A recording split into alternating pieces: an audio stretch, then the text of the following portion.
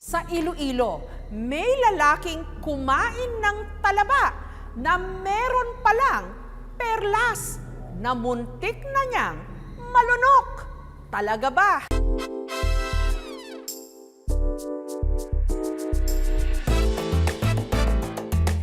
Sa paborito nating talaba, pwede palang magkaroon ng perlas. Talaga ba? Ano? Di nga. Ha? Talaga? Seryoso ba yan? Ha? Si Raul mula sa Iloilo nung minsan kumain daw ng grilled talaba sa seafood restaurant. Sa kalagitnaan ng kanyang pangunguya, bigla siyang natigilan. Yung last piece na kinain ko, nung nagme-melt na sa mouth ko, may feeling ako na medyo matigas.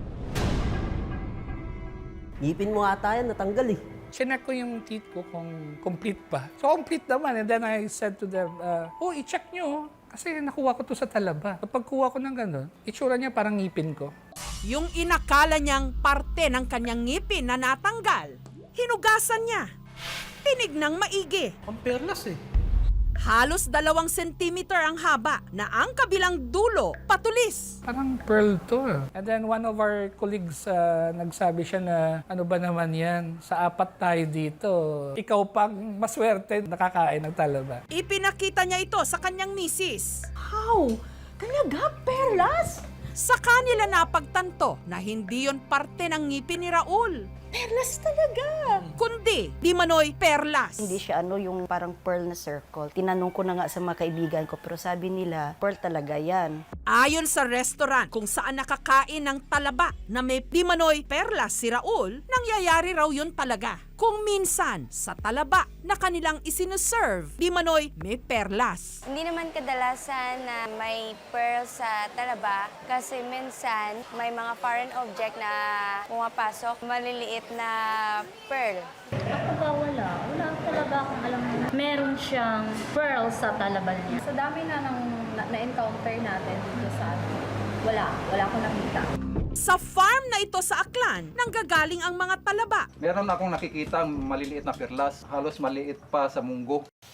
Samantala, may naisip si Raul na ipagawa mula sa di manoy perlas na muntik na niyang makain. Nagtungo siya ng May Kawayan, Bulacan, kung saan ang perlas ipinagawa niyang pendant para sa kwintas na ireregalo niya sa kanyang misis sa papalapit nilang 30th anniversary. Hindi siya yung pangkaraniwan na nakikita ko kasi usually ang mga pearl, makinis siya. Unique siya pero tingin ko naman mukhang totoong pearl. Kung confirm talaga siya na pearl siya, so timing sana ito na regalo ko for my wife. Kasi April 7, 2020 is our 30th year. Sabi ko sa kanya, Ma, may regalo ako sa'yo. Ito na yung Christmas, New Year, Valentine's, anniversary, tsaka birthday mo. Gift sa'yo.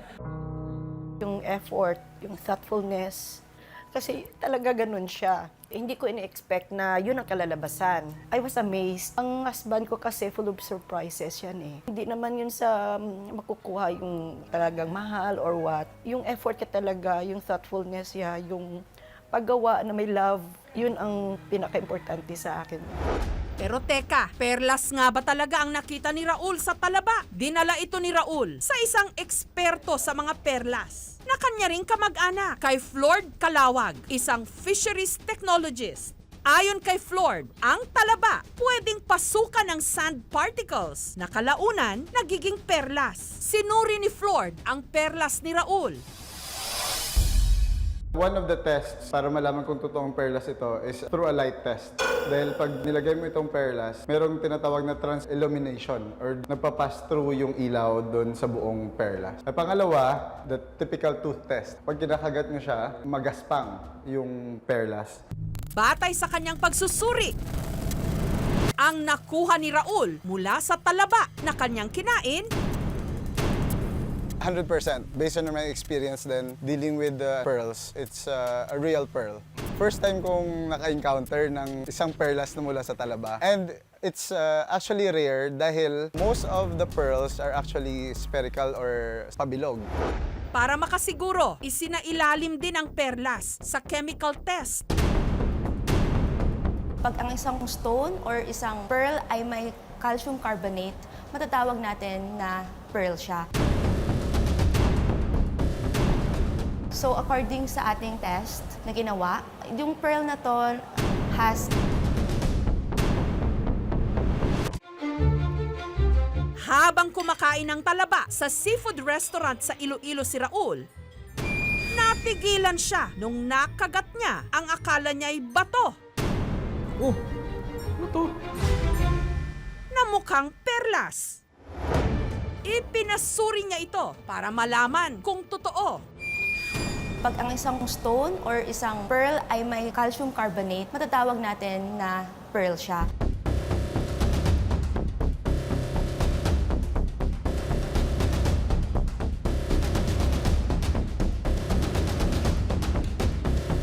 According sa ating test, yung pearl na to has calcium carbonate. Kasi nakita natin yung resulta niya is the RI is 1.60. Na-determine na natin na yung chemical composition niya is may calcium carbonate. Makakategorize na natin siya na as a pearl.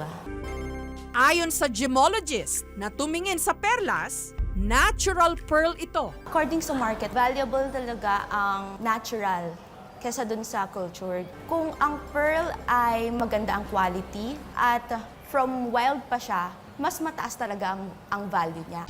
Ang sunod na tanong, meron ba itong halaga? Magkano? Pwede natin siyang valuehan ng 20,000 to 30,000 pesos. Not bad!